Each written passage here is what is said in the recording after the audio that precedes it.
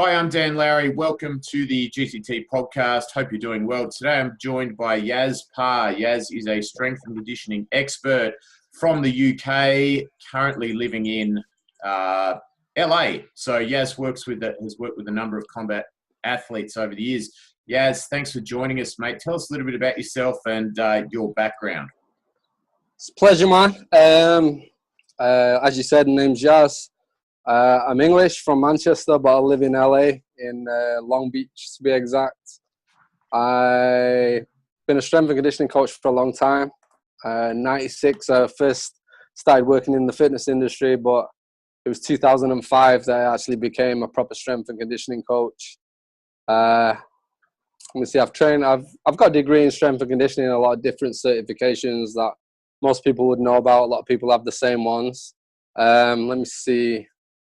I've trained a lot of different athletes in a lot of different sports to go to most big games, world championships, Olympics, etc. But I do specialize in fighters, and I'm lucky enough to just have had a book just come out recently, just published, called Strength and Conditioning for Combat Sports. Very cool. Sorry, keep going. Thanks, man. Let me see. I don't want to bore people. Let me see. I moved to LA because I met my wife in Colorado Springs at the Olympic Training Center.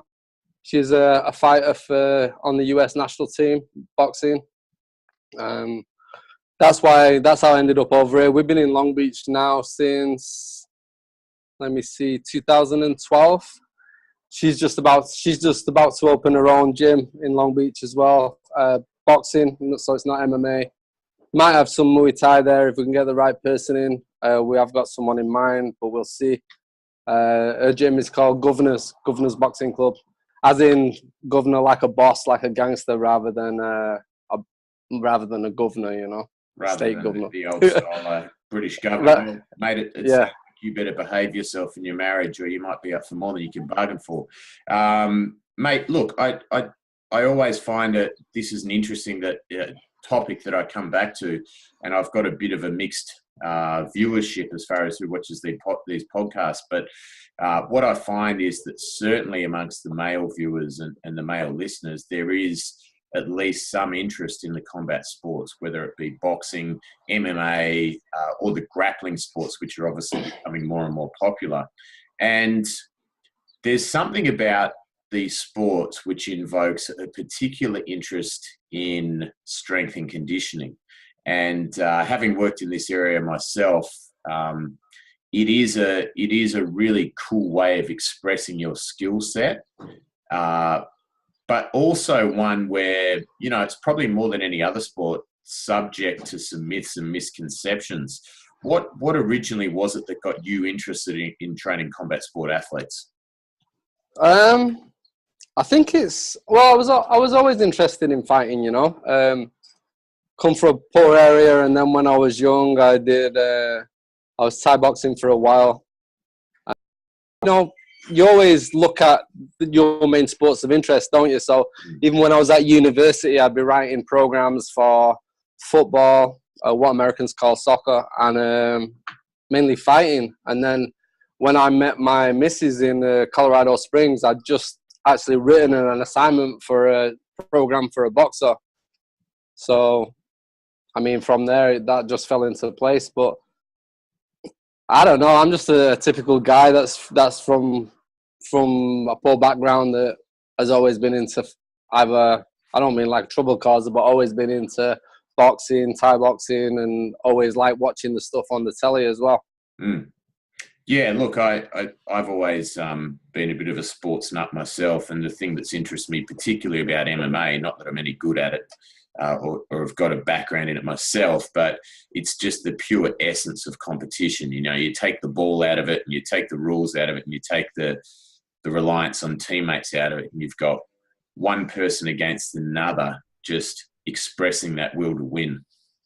Yeah, definitely. I mean, in the combat sport, it's not like a team sport. In a team sport, you can have a bad day, you can have a bad game, match, whatever you want to call it, and it can kind of get covered up. I mean, people can see that you're not doing well, but it can kind of get covered up by the rest of the team doing well. Whereas in a combat sport, you're on your own. If you're having a shitty day, that's it. You're in trouble. So yeah, you don't have anyone to pull you out of trouble. So yeah, 100% agree with what you're saying. It's just you in there. Once it starts, that's it. And no one's going to come to your rescue.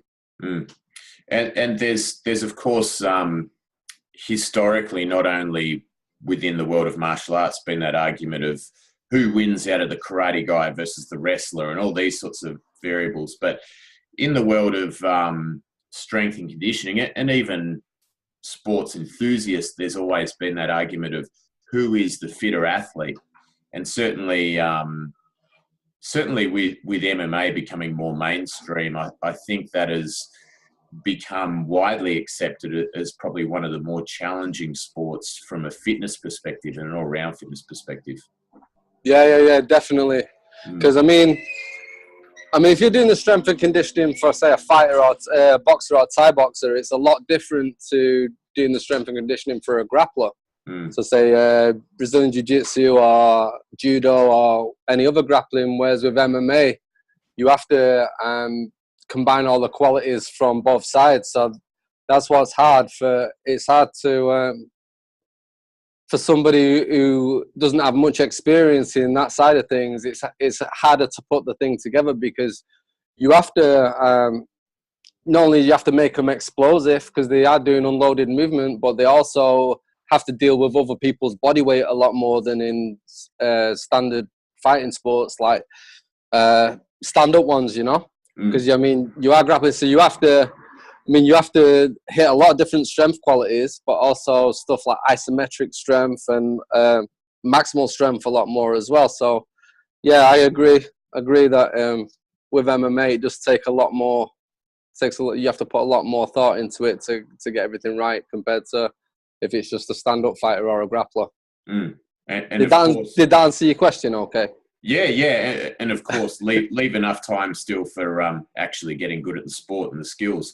What would you say has been your overarching philosophy or the way you look at how you're going to set up a training camp or a training program for a fighter?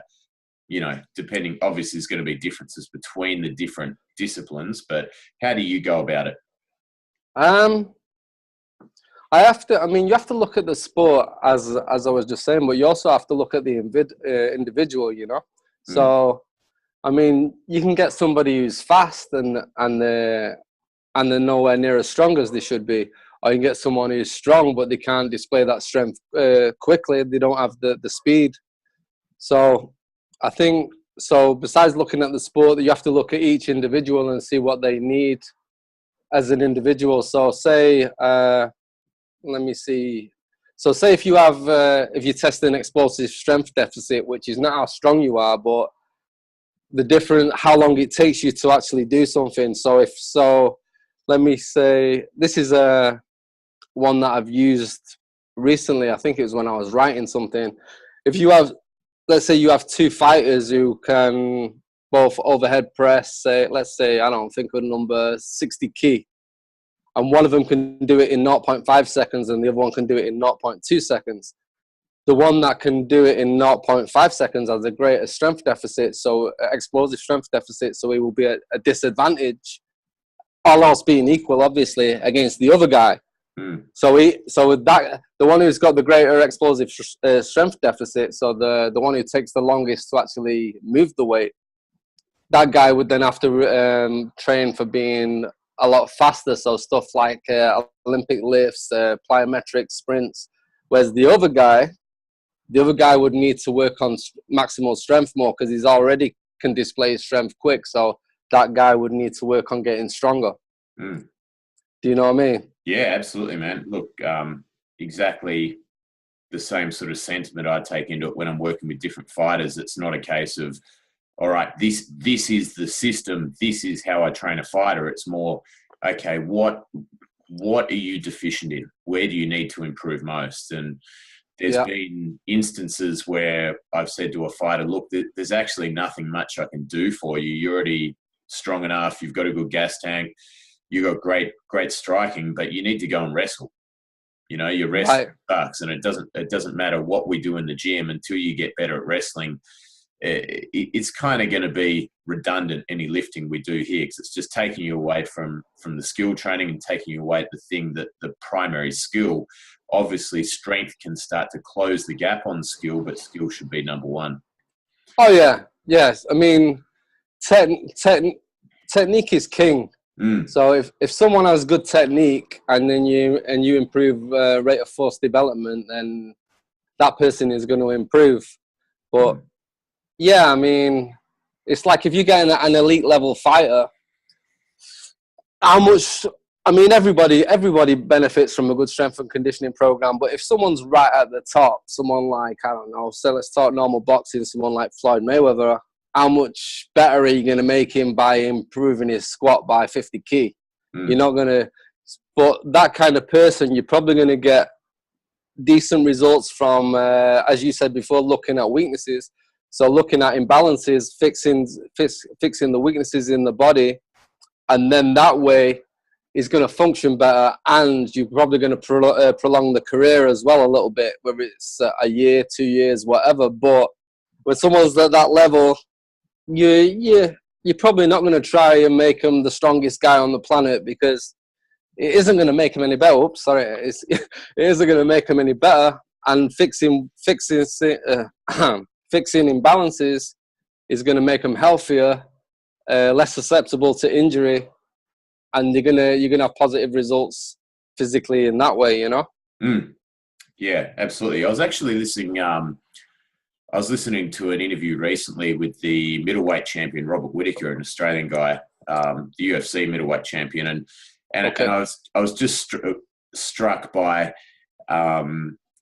how many different approaches these guys are taking, and quite often it seems to be by happenance and circumstance more than deliberate action. But he was talking about his strength and conditioning being purely work he did a couple of times a week with a guy who was more of a gymnastics background, a strength coach from more of a gymnastics background. It was really just rocking up to those training sessions a couple of times a week, saying where he was hurting, where he was sore, going through a stretch, but then getting everything else he needed from his specific training. And then, you know, you'll listen to something, who was it? There was someone on the Joe Rogan podcast one time who was saying, yeah, we've got to a point with our fighters now where, you know, they know how to fight. We don't spar. We just do strength and conditioning coming into that last 6 weeks to really get fit and make sure we can go 5 rounds. And it just struck me, you know, how different the approaches are out there, and how it almost feels like there's less science than ever being applied in some of these camps. Yeah. Actually, someone tagged me in a Joe Rogan podcast, and it was the I think is a jiu-jitsu guy with a shaved head who trains George St. Pierre. Someone was John Danaher. Yeah, that's it. So someone tagged me in Joe Rogan's, and they said, listen to this bit, and it was actually Joe Rogan brought up that little bit that you said then, that about some guys who were saying that they don't in camp, they don't work on any fighting stuff. It's all about strength and conditioning, and he was disagreeing with them, saying in the short amount of time that you're in camp, you can't really improve physically, so it's better to work on technique. Whereas, so it, like, as you said, there's so many different views and ways of looking at it. And I mean, you could have one expert argue and another expert say that they're totally wrong. But personally, I think if they don't practice technique, then they are going to, I mean, some people, they're as good as they're going to get, and they're not going to improve in a way. But if they don't practice technique, then like the old saying goes, if you don't use it, you lose it. So you have to practice technique, because that's the priority. So even though I'm a strength and conditioning coach, technique and skill training is always the priority, you know. But I would disagree that when I get employed, mostly it's for camp, and I know I can make a massive difference with someone in camp. And usually a lot of the time people only have like 6 to 8 weeks, but if possible, I like 12 weeks. But I can make a big difference to someone in how much stronger and faster they can be in that time, and obviously fitness as well, so they don't get tired so quick. So in my opinion, camp is technique has to take priority, but for me, it is a massive opportunity to make someone more powerful and be able to display that power for longer. I think, as far as I'm not a technical trainer, but as far as technique stuff goes, I think where it comes in really important for fight preparation is if a fighter knows who he's fighting, which obviously does, especially at a high level, then they know how that guy fights, what is if he's got any faults, how they can be taken advantage of. So a technical trainer would be good to work with them for that kind of stuff, where they know what somebody does and they know how to take advantage of it. But I mean, I guess I don't know, because I don't do technical stuff. I don't know how many hours a day you have to spend on that stuff. But I just know that in camp I can improve someone a lot. But it doesn't interfere with the technical training. As long as it's a pro athlete and they don't have to go and do 8, 9, 10 hours in a normal job, then they can fit it all in, you know? It's not like you have to do one and cancel the other, don't do the other one. As long as you're actually earning enough money, then you can do it all and sleep and eat as well. Yeah, absolutely. Yeah, look, once again, that's my experience of it. I always say to anyone that I'm working with, if you have done all your other training and as long as you're covering those other bases, then yeah, we can have a big impact on performance. Right. However, you got to do all that other stuff first, then we can talk. And that, you know, one of the things I really am less and less a fan of for fighters is that whole camp mentality of, I'm 8 weeks out now, therefore I'm going to start training. I mean, particularly in MMA, you got to be a full-time student of all the different disciplines just to be, a shot at competing at a national level, let alone an international level. You go to that international level, and if you're looking at improving your jiu-jitsu over an 8-week period or your boxing over an 8-week period, you're up against it. It needs to be a full-time obsession. And when it is, you know, then you can start to bring in your strategy over that camp period and fine-tune things like, your power and your power endurance so that you can put it all together on the day. That's for sure. Yeah. I mean, it's surprising to me. I don't know how often it happens in MMA, but in boxing, you get some guys and they be a decent level, they be professional. And when they're not fighting, when they don't have a fight day, they're there out partying, eating loads of crap, drinking loads, doing, I don't know what drugs they do, but like I say, partying. So it's weird to me because then you'll see them, and even the guys that are not big, they can still put on like 30, 40 pounds of fat and be out of shape. Yeah. And they don't get that. I mean, fair enough, they'll get a fight date, they'll do camp, and they'll be in shape and fit, but they don't get that. The lower your starting point is, the lower your finishing point is going to be. And if you don't let yourself get, I mean, obviously you don't have to train like you have a fight lined up like in a month's time or whatever, but as long as you don't let yourself get out of shape and you still train at least a few times a week and stay fit and fairly lean, then when it comes to, if you stay like that, when you do camp and then you're ready to fight, that point where you're at then is going to be higher than if you let yourself go. Do you know what I mean?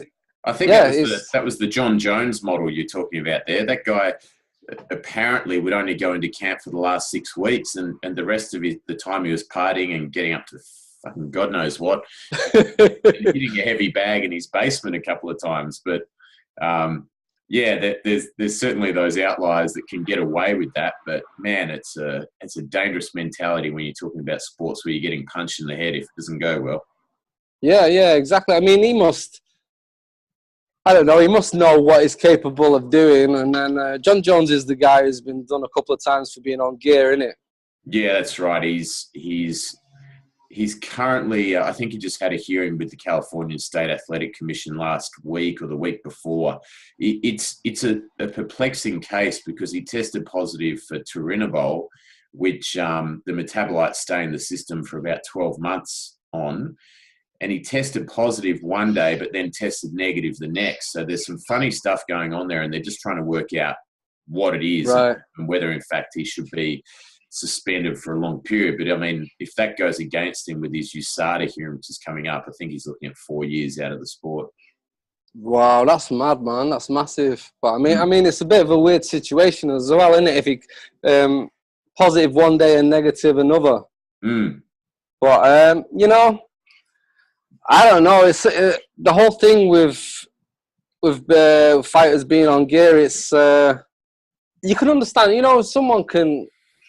So obviously, some people use for performance enhancement, and then you have other people who might have done it when they was young, and they were in a way making a mistake, even though they knew what they was doing. And then when they're older, a bit more sensible, they're not on gear. But see, the thing is, even if you was on gear years before, your body still undertook changes that it wouldn't have done. So you still, even if you're clean, you still got the some adaptations from being on gear. So you're still at an advantage compared to somebody who's never been on gear. Do you know what I mean? Oh, yeah. My last episode, I actually interviewed Broderick Chavez. I'm not sure if you're familiar with Broderick, but he's somewhat of a subject matter expert in this whole area. And we basically talked about the full story on performance-enhancing drugs. And we covered that very thing. You know, it's probably a lot more widespread than what the general public are willing to accept. And those who don't do it are at a huge disadvantage, because like you said, even if you've done it historically, there's going to be permanent changes to your physiology which are going to help performance.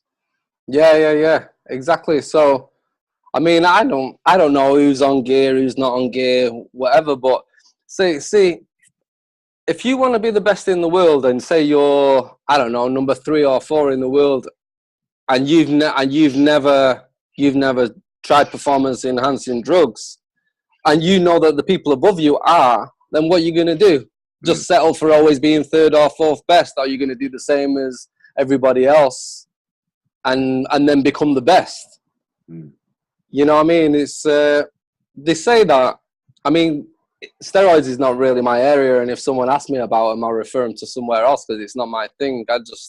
I'm just know about training and nutrition. So I don't know. It's a big subject, and like you say, most people, the general population, the public, when they see someone gets done, fails a drug test or whatever, they're all like, oh, it's the devil or whatever, you know. But to be honest, they reckon almost all top.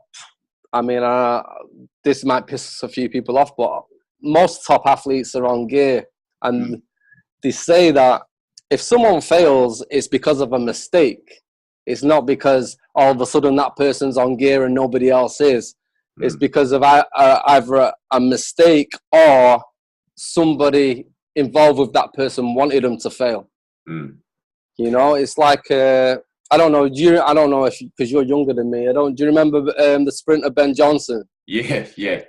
Yes. I've read quite a few of the books around that whole thing. That was right. Yeah. Poor guy. I feel really sorry for him. Really sorry. Yeah.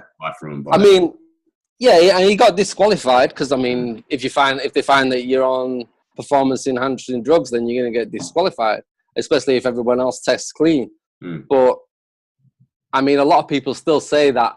I mean, Usain Bolt's like really fast now, but a lot of people say that at that time, even though he was caught for being on gear, he was still the fastest because everybody else was on gear. Really, it's just that they didn't get caught. You know, and I mean, you probably know more about that story than me, but from what I can remember is he admitted that he'd been on gear in the past and come off it then, but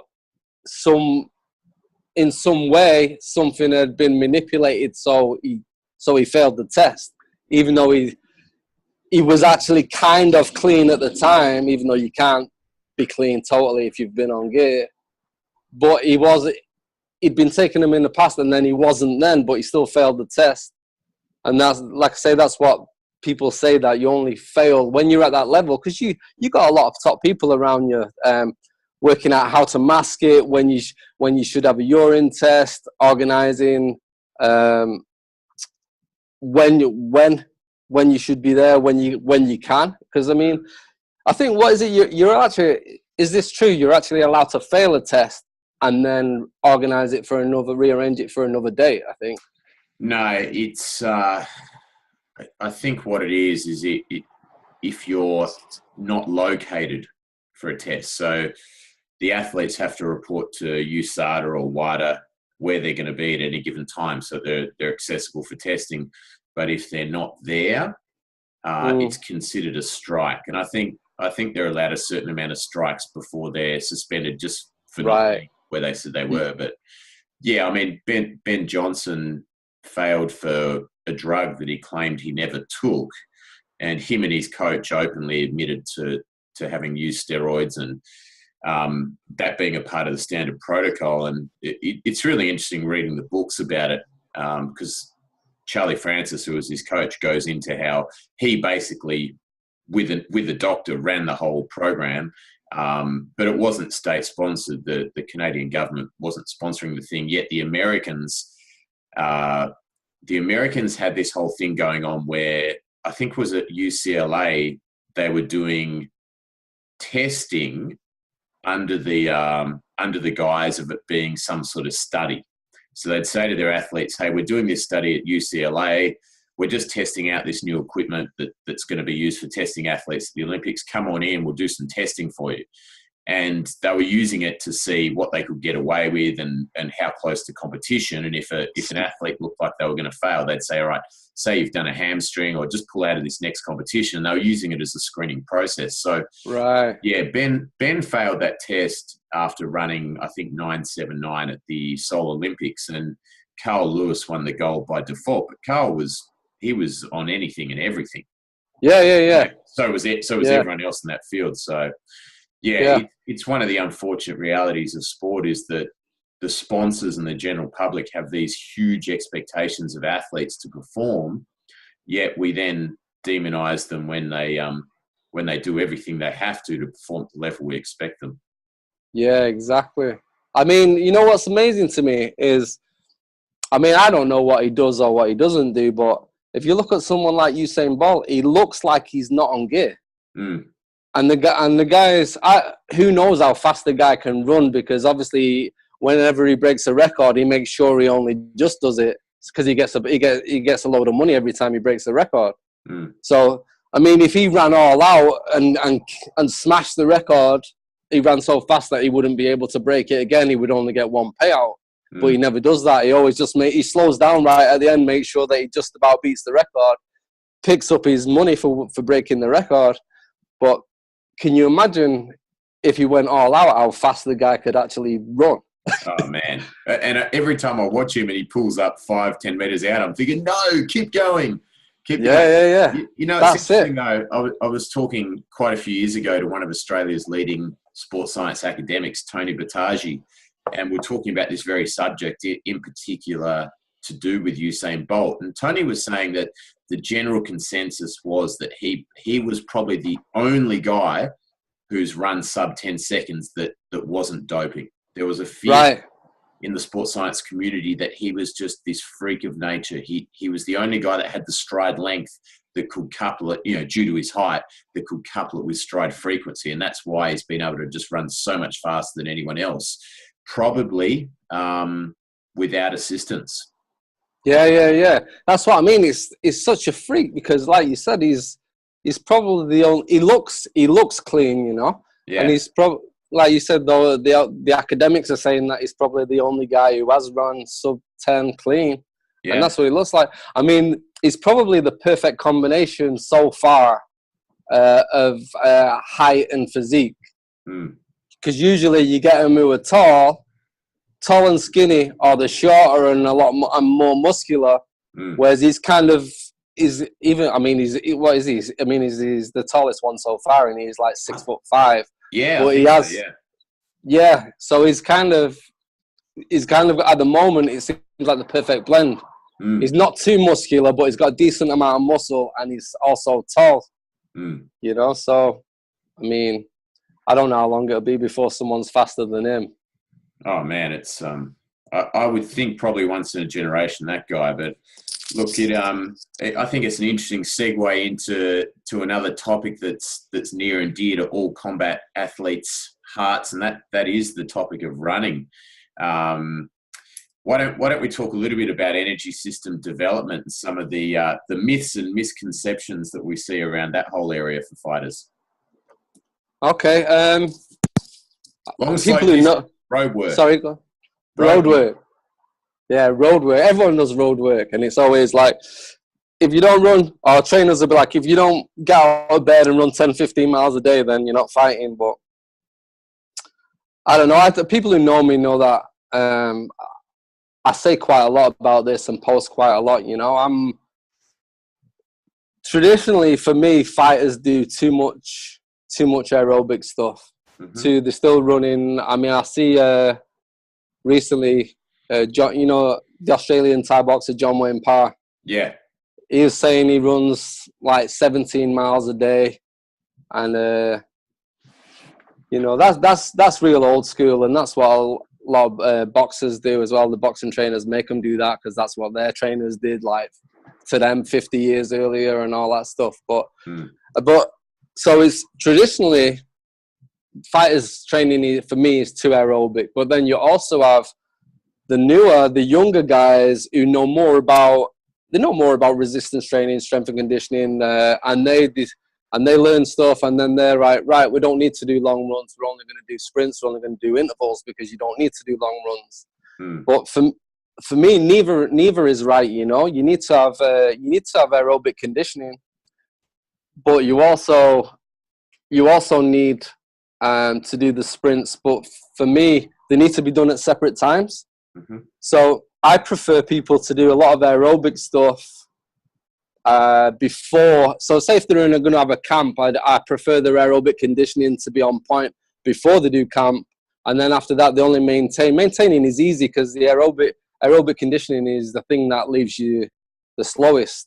Mm-hmm. So if you're aerobically fit, then you only need, I mean, they reckon 2 weeks, but I would say, to be safe, maintenance of only going for a run, like an easy run, 4 or 5 miles once a week, or even just doing your technical training. If you're doing, I don't know, if you're doing 10, 15 rounds, 3-minute rounds on a bag, or even doing a load of sparring, then you're not going to lose your aerobic conditioning, even if you're not doing specific aerobic work like slow, steady state cardio. That's right. But yeah, so for me, I prefer to get that out of the way. I'm okay with for people who want to do hypertrophy training at the same time, or hypertrophy, however you want to say it. But for people who want to train to be strong and powerful, then I prefer them to not do it at the same time. So get the aerobic stuff out of the way, and then you can concentrate on camp, what I call the real training, which is all about adding X amount of pounds per square inch of your punch, and also making it a little bit faster and all that. But if you try and do the strength training at the same time as you're trying to build an aerobic base, then your strength training is not as good as it should be. Plus, your aerobic conditioning doesn't improve as fast as it would, you know? Mm. Let me know, because I know I can waffle on a little bit. Let me know if... No, it's all good, man. Look, it's I've always found the great irony in being that you'll see some footage of various football codes, whether it be rugby league, rugby union, and Australian rules football or soccer or whatever it is, and they'll be doing boxing as their cross-training method, and it's like, okay. And then, you know, you see fighters going and doing running, and it's like, well, why don't you just do the actual thing that you do? And certainly one of the things I can attest to, I like to constantly learn new skills on my own training, or be doing a sport or something a little bit more stimulating than just running or lifting weights. And this year I've been doing some kickboxing, just hitting pads with one of the guys I train. Right. It works for me as well. Fuck, man, that's the hardest workout you'll ever do. You know, it's like, why would you go for a run if you can hit pads or do Muay Thai on the pads or hit a bag?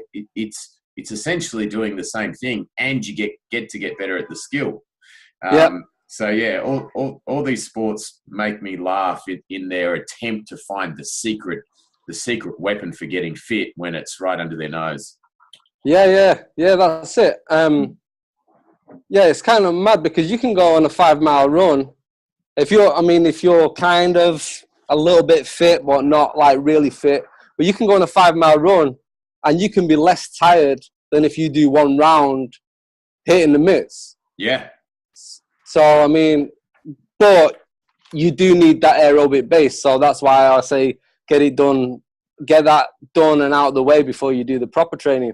But I'm the same as you. I just can't run, and especially if you're trying to build an aerobic base because your aerobic conditioning is so bad, and you're monitoring a heart rate to monitor it. Then if you try and do it running, it can take you an hour to do 4 miles because you have to go that slow to keep your heart rate down. And it's a nightmare because, and I mean, I've had a few fighters who I've told to do that, and they not only do they hate it, but they struggle to do it so much because it kind of feels like they're doing nothing because they want to get stuck into training, and they end up just jogging a little bit, walking fast, keep stopping to try and keep the heart rate down. So what I started doing recently myself, only a few weeks ago actually, I decided I wanted to build an aerobic base myself because my aerobic conditioning is like diabolical. So I decided to do it hitting a bag instead of running. So what I did is I used the Higso sensors. No, what are they? There are a few other companies coming out with some copies now that I haven't used them, but apparently they're not as good. But do they measure hand speed? Is this the one? Yeah, they're the sensors that go under your wraps. Yeah, right. So they measure speed, but they also measure. They show like power punches. They don't measure actual power because there has to be like a set resistance to measure power, you know. But they measure speed, and they also measure how much work you're doing. So say if you're hitting the bag for 30 minutes, they measure it on the app. It's as it is intensity, but it's not intensity. I always call it density because it's how much work you're getting done. Yeah. But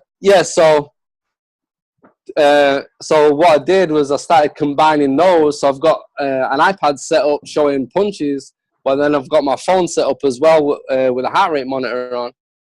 So then I'm building aerobic base by checking my heart rate and keeping it low while I'm throwing punches, because to me that's a million times more interesting than just running down the street as slow as a 90-year-old woman. So, and it's really good because you can monitor it like really well. So I noticed the first time, because I don't do aerobic stuff, I had to keep stopping like very, very often, and my heart rate would take longer to go down than what I wanted it to get back, because I want to be doing under 128 beats a minute. I want to be doing between 117 and 127. And but I noticed after I was doing it for an hour. I've been doing it for an hour. I noticed just after 3 times a week, after 2 weeks, I was in the same amount of time. So in the same hour, I was at the same heart rate. I was landing 1,700 more punches. So for me, that's a much more interesting way of testing and monitoring rather than me strolling down the street. And of course, you would have had the altitude mask on while you were doing that. Yeah, altitude mask on. I had a big resistance band attached to my waist, dumbbells, all the usual crap. Yeah, man. Let's go over that. I mean, some of the shit. It's like MMA in particular, although boxing seems to be just as bad. They seem to be magnets for training fads, don't they? Yeah. Can you imagine if you brought out that crappy altitude mask, how much money you would have made? Fortunes. Fortune. Trying to think of what the next thing could be. Maybe I'll invent the next thing and retire in the Greek islands. But the altitude mask, I still get asked about that one too. It's a good one. Yeah, I actually mentioned that a little bit in my book because I've got a section on altitude training. But even though that's nothing to do with altitude training, that silly mask, I still have to give it a mention because people think that it does simulate altitude, and obviously it doesn't. Yeah, they're terrible, man. Yeah, from what I understand, the actual atmospherics need to change to get that altitude-based training response. So you need, I think our normal oxygen content's about 19 to 20%, and you need to be down around 12, 13 to get that high altitude training effect, which putting a mask on won't do. It will limit how much air you're getting in. Yeah, maybe. That's it. It doesn't alter the amount of oxygen in the air. It just alters the amount of oxygen that you can actually get into your mouth, you know? And also out as well, and that's where the problem is, because it's harder to breathe, you have used up air in your lungs that is getting harder to get out. So it's a vicious cycle that you can't get more air and oxygen in because there's stuff that you still need to get out. You know what I mean? Yeah, it's just I mean, you could think I'm gonna invent the next phase, but you don't imagine if you came up with some idea, you think, well, that's never gonna sell because it's stupid, but that's what happens. Yeah. Well, the other one I've seen lately is the board with all the lights on it, and they light up, and you got to touch the light. It seems to be some sort of reaction improvement. I was watching the UFC doco they have leading up to the fights, and Luke Rockhold would be on the Airdyne bike, and then he'd be jumping over hurdles, and then he'd go over to his board and be touching the lights as they lit up for reaction time. So that seems to be the latest iteration of it all. Yeah, I mean, to me, I would have to test that because I don't think, obviously doing the way you said it, that sounds a bit ridiculous, like getting tired and going straight from one thing to another and all that. But actually doing it to try and improve speed, I think if you can test it and show that you're improving, then it might be good. Because, I mean, obviously it's a totally different thing to something that's not scientifically possible, like wearing the altitude mask. You know, because I used to, when I first moved over here and my missus was fighting, I used to train her on some speed and agility stuff.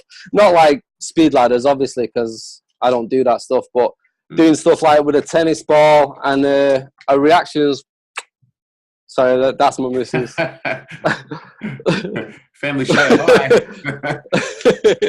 Yeah, so I mean, I used to do stuff with a tennis ball with her, and she did actually get a little bit faster and react a little bit quicker, but it wasn't silly stuff, you know. It was just about making, like, what it'd be is about just making that initial split-second movement about, like, making it quicker. Yeah. Yeah, go on. Yeah, I was just going to say it sort of comes back to that blend of the art and the science. You know, a couple of my guys were asking about the ladder, and they were saying, you know, they wanted to have footwork like Dominic Cruz. They wanted to be fast, and should we be doing more skipping and work on ladders? And I said, well, you know, what makes Cruz so fast is his anticipation and his skill, not working on a ladder. But we can use things like the ladder as an engagement tool just to warm up on. You know, if everyone rubbishes the sprint ladder and says it doesn't make you any quicker, and the evidence would suggest that, but it doesn't mean that you can't use it as a tool of variety for warming an athlete up and getting them excited about training and getting their emotional arousal to a level where they're going to perform better in their training. So I think there's certainly a space for these different activities when they are put in the right place. So as a tool for engagement, rather as the cornerstone of the actual session, and just taking away from something that would have been more useful, like maybe boxing or doing the thing. Yeah, definitely. I mean, if I saw someone pulling out a speed ladder, if I said, what are you doing with that? And they said, just gonna use it to warm up, then I'd be like, oh yeah, nice one, you know. But if they said, it makes you faster and more agile, then I'd be like, nah, you need to put that away.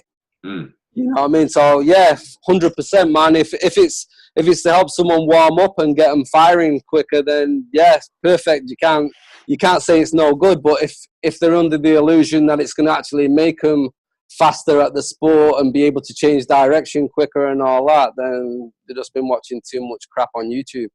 Yeah, good videos, but won't help you. Like the little guy in the sun with the MC Hammer pants on. Yeah, man. He's slick, isn't he? He's slick. Yeah, that's it. I always say if speed ladders made you better at your sport, though, then those dance games that you get in arcades, they would make you into a super athlete. Exactly. Just Dance. Yeah. Is that what it is? Yeah, that's what they called it. I think that's the home version. Right. Let's maybe play a little bit of a game here to finish. There's going to be quite a few weekend warrior or up and coming fighters, whether it be from grappling sports or MMA or boxing or whatever it is, who are probably going to be listening in for the nuggets in this episode and wanting to know where it is they should be spending most of their time. Obviously, we can't make specific recommendations to that person, but let's go over some general principles for someone starting out, maybe in jiu-jitsu first up, where they can best spend their time on their strength and conditioning to support their development as a jiu-jitsu athlete.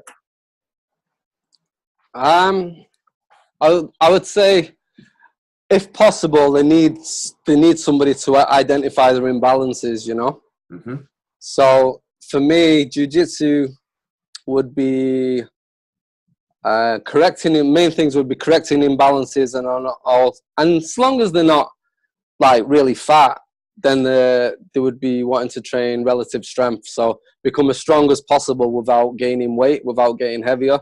Mm-hmm. And correcting imbalances, most athletes, whether it's jiu-jitsu or not, tend to have weak posterior chain, weak external shoulder rotators, imbalances between the shoulder blades, so mid-traps and rhomboids. So, I mean, I train a jiu-jitsu guy who just became world champion at the SJJIF, is it?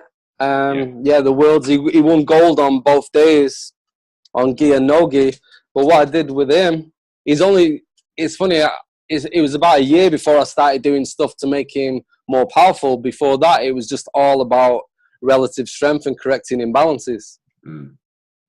So he spent a year, did structural balance at the start, and then after that, it was still always focusing on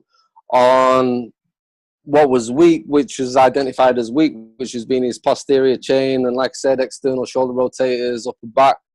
So instead of actually being specific training for structural balance, it was still always more posterior chain stuff. So a lot of like deficit snatch grip deadlifts, like wide grip pulls, all kinds of that kind of stuff, Yeah, because they're obviously spending a lot of time in their back in a flex position, so we want to do the counter to that. Give them that base, which will make them stronger if they're in the guard or trying to break the guard or maintain their posture. Yeah, totally. All right. What if we had a boxer, a beginner, an amateur boxer looking to maybe take it up a level, go pro, haven't done a lot of strength and conditioning? What are the main areas we're going to get the wins for this guy? With boxers, you tend to find that they either don't lift weights at all, they either don't train at all, or they train kind of like a normal person. Someone who goes to the gym and does like 10 to 12 reps, like normal bodybuilding type stuff. So I find that, I mean, obviously that person is going to be different to somebody who doesn't train. The person who doesn't train, they usually, even the ones who train, they tend to not train legs because they think they're just there to stand on. And if they train them, they'll get bigger and then they'll find it hard to make weight, or they'll be a heavier weight class. But they have to train legs, man, because power comes from the floor, And I find as well that a lot of boxers have low back pain because they don't train the lower body. I mean, when I say train, I mean strength and conditioning. I don't mean they don't do any exercise. But because they don't train lower body, then the hip musculature tends to not work properly. So then they can't generate power from there. So they end up trying to generate it all from the lower back. And as you know, the lumbar spine is not supposed to rotate. So that's why I meet so many Western boxers that have lower back problems, and that tends to be what it is, because they don't generate power from the hips. It's all from the lower back. So yeah, so what I would do with a boxer is, obviously, start out again, same thing again, but the imbalances tend to be different. Is fix imbalances, make them as strong as possible for their weight, so relative strength. And that's assuming that they don't need to change a weight class or they're fat or whatever, the relative strength, and then train for improving rate of force development. So the ability to display that strength fast, so they're actually powerful, because there's no point. I mean, becoming stronger generally makes you better at whatever you do, but in a fighting sport, it's of little benefit if you never have time to display that strength. So for me, say if you could grab hold of someone and pick them up and break the back or whatever on your leg, then I mean that takes a lot of strength. But if you're a boxer or whatever, then that's irrelevant. You need to be able to produce as much force as fast as possible. So you need a foundation of as much strength as possible relative to your body weight, but then you also need to train to be able to display that strength as quickly as possible. Yeah, I like to sort of look at boxing as one end of the spectrum, pure grappling as the other. You know, grappling, you've got time. Boxing, you've got no time. And then MMA is a mix of both. So with that, let's now talk about our beginner MMA fighter. Maybe they've been doing jiu-jitsu for 5 years. They've been doing a bit of boxing, putting it all together now, pretty disciplined with their training. Where should they be spending their time as far as their strength and conditioning goes? General guidelines. Yeah. Again, relative strength, rate of force development, but with MMA, I think you need to do a lot of isometric stuff as well. You need to work on isometric strength, on explosive isometric strength. So a lot of the stuff in the gym, like max effort stuff against the pins, stuff like that. I like the Triphasic Method that Cal Dietz has written a book about. I don't know if you've seen that, but that's pretty cool. No, I mean, I've seen it. I just haven't read it.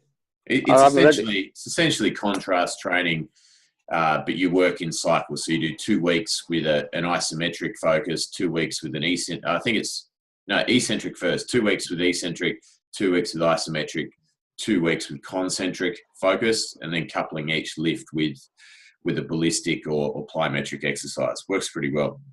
Yeah, I bet. Someone was talking to me about that recently, actually, saying it was pretty good.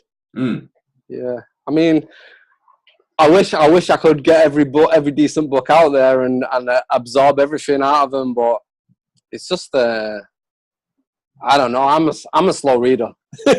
I'm a slow reader, and I'm one of those people as well that sometimes I have to read a page like 6 times to have any idea what I've just read. Look, if you're like me, I mean, what I find is that the principles that I learned 15 years ago just ring true in everything I read. You know, everything I read, whether it be, Triphasic training by Cal Dietz or the Science and Practice, or the Science and Practice is probably a little bit less relevant in this context, but any method-orientated book, everything I read, I just relate it back to, that probably works because of this principle, or that works because of this principle, and that works because of this principle. So, very, very much the principles over methods.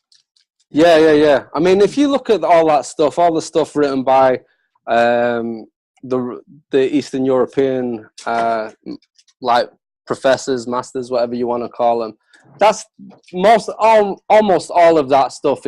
It stays true. It doesn't. It's not like you can read that stuff and it's right today, and then next year it won't be. Almost all of it doesn't get proven to be wrong. Do you know what I mean? So if you can learn the stuff like from whether it's Zatsayorski, is that say that? Or Verkhoshansky, any of that stuff, man. If you can learn that stuff, then you're going to be good forever. Yeah, that was all the stuff I originally learned, and I remember. I started my career, just so you know a bit about my background. I started my career as a trainer in the Army in Australia. That's how I started in fitness, and we learnt all that genre of information. And when I went out into the fitness industry, it was during the functional training revolution, and it was all about, you know, transverse plane and unstable surfaces and all this shit. And it was all the Paul Chek stuff. Yeah. And I got out there and I was like, whoa, I know nothing. All the stuff I got taught was wrong. And then after about 6 months, I was like, actually, that stuff I got taught first was right. That's where it's at. Yeah. And once again, I sort of chunk in the functional training stuff a little bit like I did with the speed ladder earlier. You know, you can do some cable wood chops or whatever it may be as a bit of a warm-up or an engagement drill or something, just to get people warm and get them going.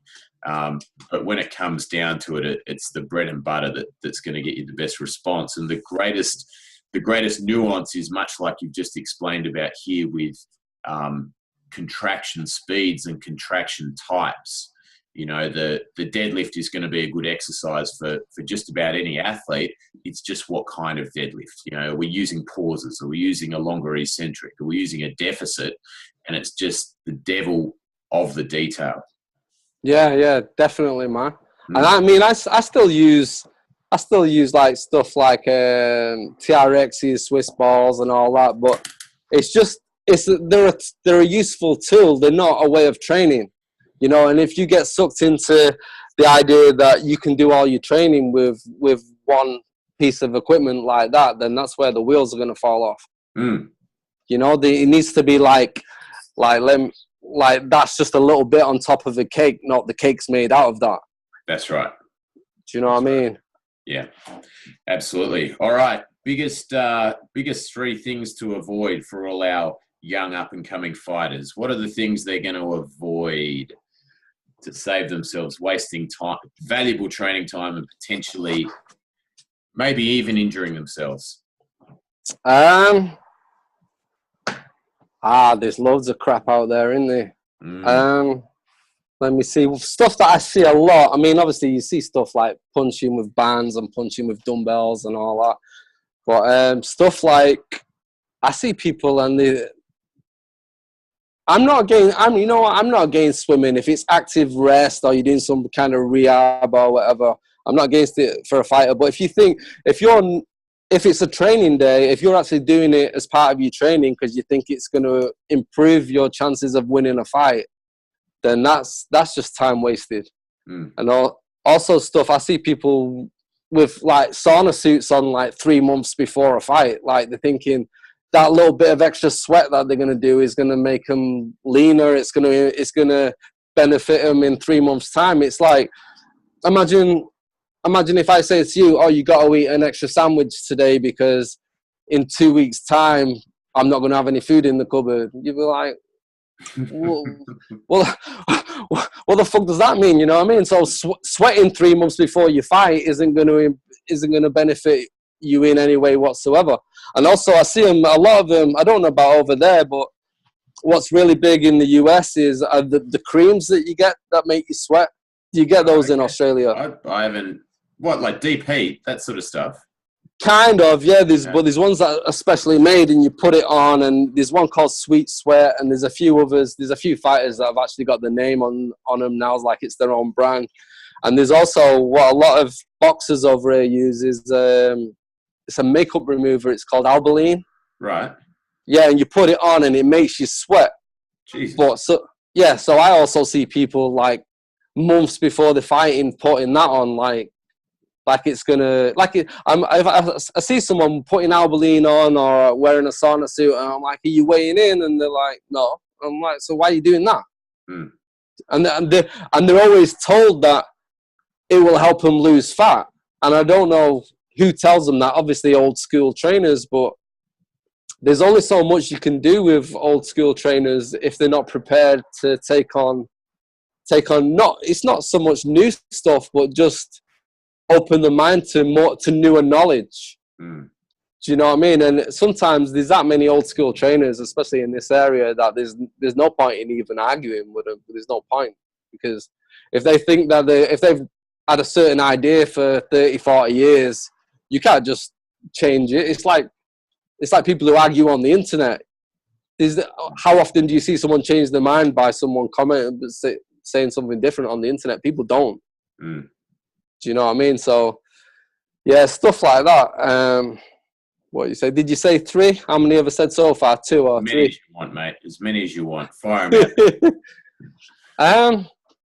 What we've already spoke about as well. People, they'll be like really getting close to fighting, and they'll be running 10 miles a day, which is, I mean, it has a negative. Not only does it have a negative effect on power, but that could be an hour or 2 that you could be spent doing something more beneficial, something that is gonna make you better, even if it's resting.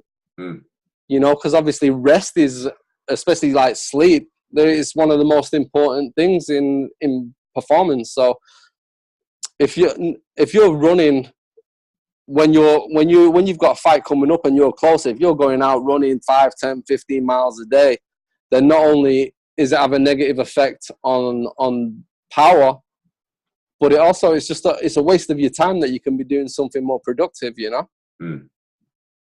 Yeah, so more focus on the actual task at hand, rather than trying to fill your time up with stuff that's supposedly going to help you. Yeah. Well, I see a lot of the time you see people, and they think if you just pile as much as you can onto a fighter and they're really tired and it's really killing them, then that's beneficial. And then if that fighter can cope with that, then they're fit, they're doing well and they're fit, and then this person is ready or whatever. But I see stuff like, it'd be like, this person ran so many miles, then came into the gym, did so many rounds of sparring, then ran some more miles, and then did some sprints and all that. And it's like, that really is not how it works. You know what I mean? It's difficult if you don't have the knowledge, because it's my area, so that's what I've got a bit of knowledge on. So I can't really comment on technical stuff. So you can't expect like a normal boxing trainer, Thai boxing trainer, MMA trainer, whatever, who specializes in technical stuff, to know a lot about strength and conditioning. So ideally, if it's not their area, they should get somebody in who knows a little bit more, even if it's someone who writes programs online or works part-time with them or whatever, because that person, if that's their area, it's going to stop them from doing a lot of crap.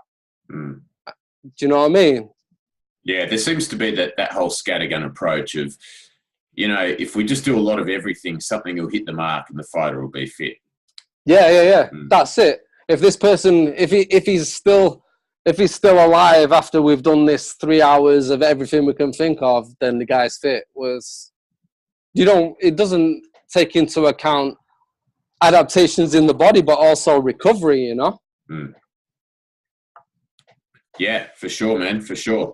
And I think that's the really hard thing for somebody who doesn't have that formal training in exercise physiology or sports science. It's just objectifying what's happening. It's putting yourself in that, not only putting yourself in the situation of the athlete, but also sitting down with a pen and paper and saying, all right, what are some guidelines here on how many sessions we can be doing over a 1 week, 2 week or 4 week period? How much is the athlete going to actually be able to tolerate before they start to break down with injury, get sick, or go backwards in their performance? And, you know, how much time do we actually need to spend on those core areas of skill development that are going to make them better? So, look, man, certainly overlaps with my thinking and most of the stuff I do. And it's always good to speak to someone else who has some experience and knowledge in this area, because it's a great way to get clear on your thoughts. And look, certainly the more I talk to smart guys like yourself, Yas, the more I'm grounded in that belief that it's really got to be about getting as good as you can at the sport, and then looking at strength and conditioning from the basics dialed into the subtle nuance of what form of basic is going to be best for the athlete. Yeah, exactly. Yeah, so in my opinion, they need to, being good at the sport is the priority, and then after that, what's going to make them physically much better needs to be programmed, but it needs to be the best results with the least amount of effort. Yeah. Do you know what I mean? Yeah. Icing on the cake, minimal effective dose, all that sort of stuff. Yeah, for sure. All right, mate. I think we might wrap it up there. Let's, for anyone who's keen on following you, you're on Facebook. Obviously, you've got both your personal profile and your coach's page there. And your book, that's coming out soon on Amazon. I think that's right. Or is it already out? It's the publishing date has already gone, but there is a delay on the paperback for some reason. It's available on Amazon and a load of different sites. In Australia, there was a different site selling it called, I think it's called Book Utopia. Booktopia, yeah. Booktopia is that, yeah.